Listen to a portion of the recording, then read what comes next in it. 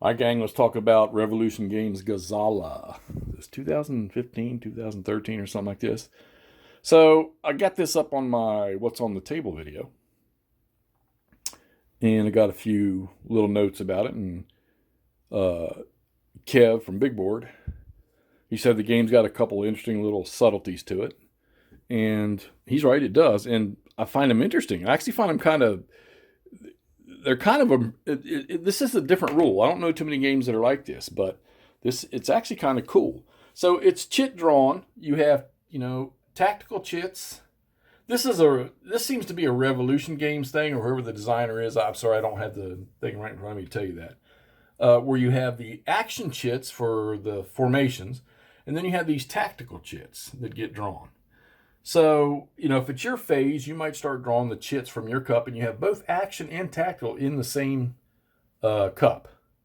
So you might draw 3 tactical chips out before you even hit one of your unit activations. And some of those tactical chits have to be played immediately. For example, airstrike. Germans have an airstrike. Well, the minute you draw that, you got to do an airstrike somewhere. You don't hold it for later. It has to be executed immediately.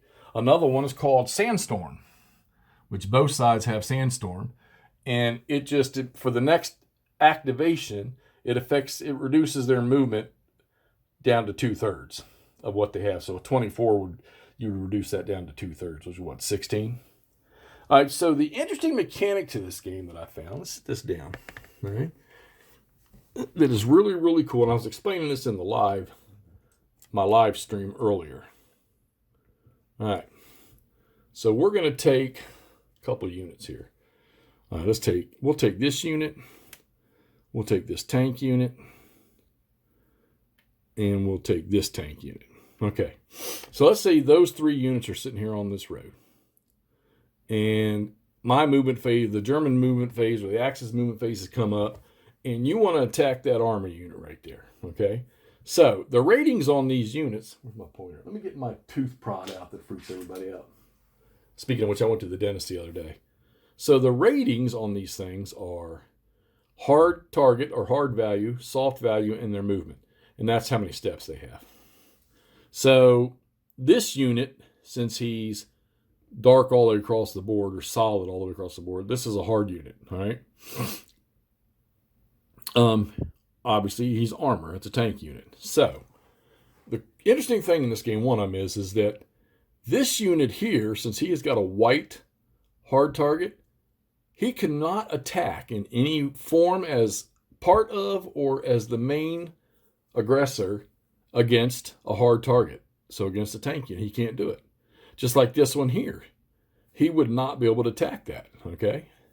According to the way the rules say. I need to do some checking on, because this is motorized, and if he's got that hard target that's dark like that, actually means he's mechanized. So I got to check on that. But so if you've got a white strength marker, a white hard target marker, that means he cannot attack an armored unit in any way, shape, or form. All right, so if we're going to attack that unit right there, that eliminates this guy. So we'll go ahead and get rid of him. All right, we'll put him back over yonder. Forgot where he was. Is he here? Hell, I can't remember. All right, so we're going to attack with these 2. So you have these anti-tank type units, or these, like this guy here. They cannot initiate attack on their own. All right. They have to be with somebody else. So, this is a bad example. Let me get another tank unit in here. Let's put him back over there. Let's find another armor unit. I'll use this guy here. All right, let's do it. All right, so we want these 2 armor units to attack this guy here. Well, you don't just like move one, then move the other, and then you fight, so to speak. I mean, you kind of do, but you kind of don't. So you got to determine, because you move the units individually. So you got to determine, who do you want to be the primary unit in this attack? Well, obviously, you're going to want that 15, right? So how this works is, in order to get both of these into position during movement, you move this guy, and let's say he moves here 1, all right? He's done. You don't start your attack right here, so he's done. You got to flip him to his used side. So now he's only got a strength of 5, all right? So this guy becomes your active unit. You want him to do the attack. So you move him in here, and now he's got 24 movement points. Let's say there's nothing going on to cancel his movement points.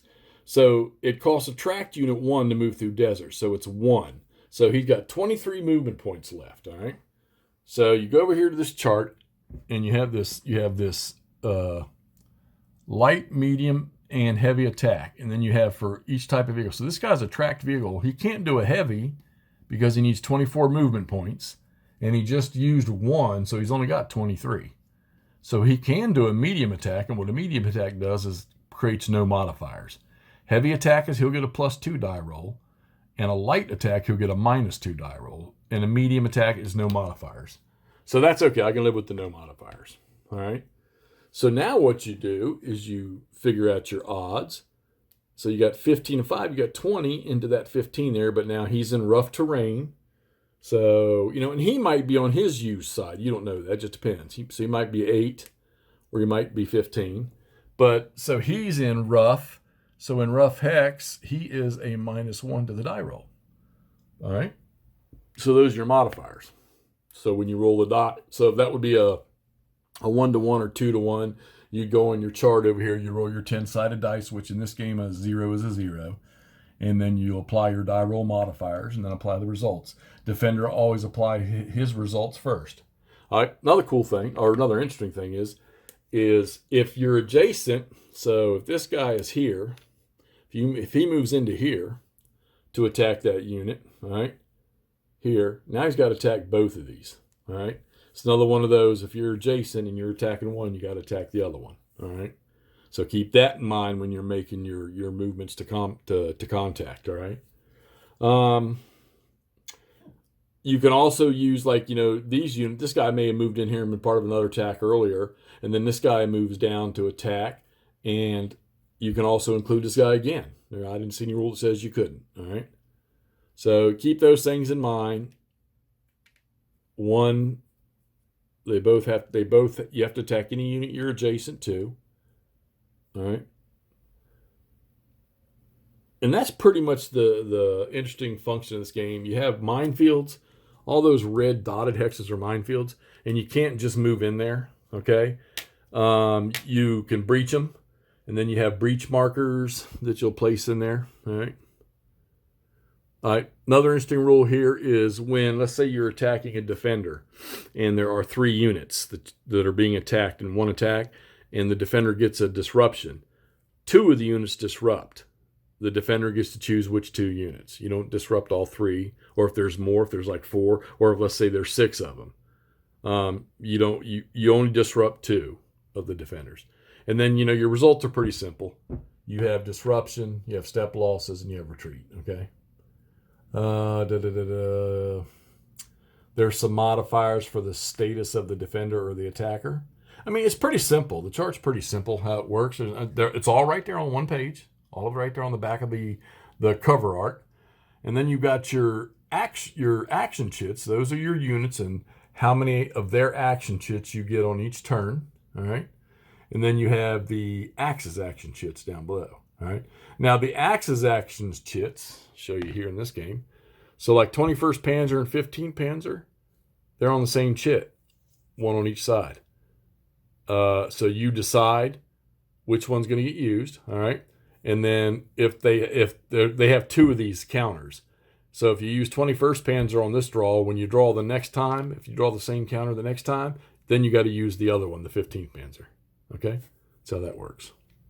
And they also have one for the Trieste and Ariete divisions, and I think the Pavia and Brescia divisions. Stacking, Pavia, and I think the Brescia divisions. Those units are bigger. The numbers aren't, but the unit sizes are bigger, the formation. You can't stack those. They have to be individual, right? It's 2 units that can stack. You have 2 units in a hex, okay, except with that exception. So there it is. That's the pretty, there's your command chart. Tells you how many action chits that they can actually flip or use. And there's going to be cases where you have more unit activation chits in the cup than the chart says you can get in that turn. And when I say that, I'm talking about right here. This number here, 5 for the Allies and 3 for the Axis powers. Well, the expert, he might have 5 activation chits in the cup, but he can only use 3 of them. And since since you're drawing them, you don't get to reach in there and pick which one you want. You might not get the one that you actually want. All right, so that is Gazala from Revolution. We've played 1 turn of that, and it played pretty quickly. So I'm going to play a little bit more of that. Like I say, we'll do this one here. We'll throw a couple more turns up, and then we'll post and let's just see what y'all think. All right, we'll talk to y'all shortly.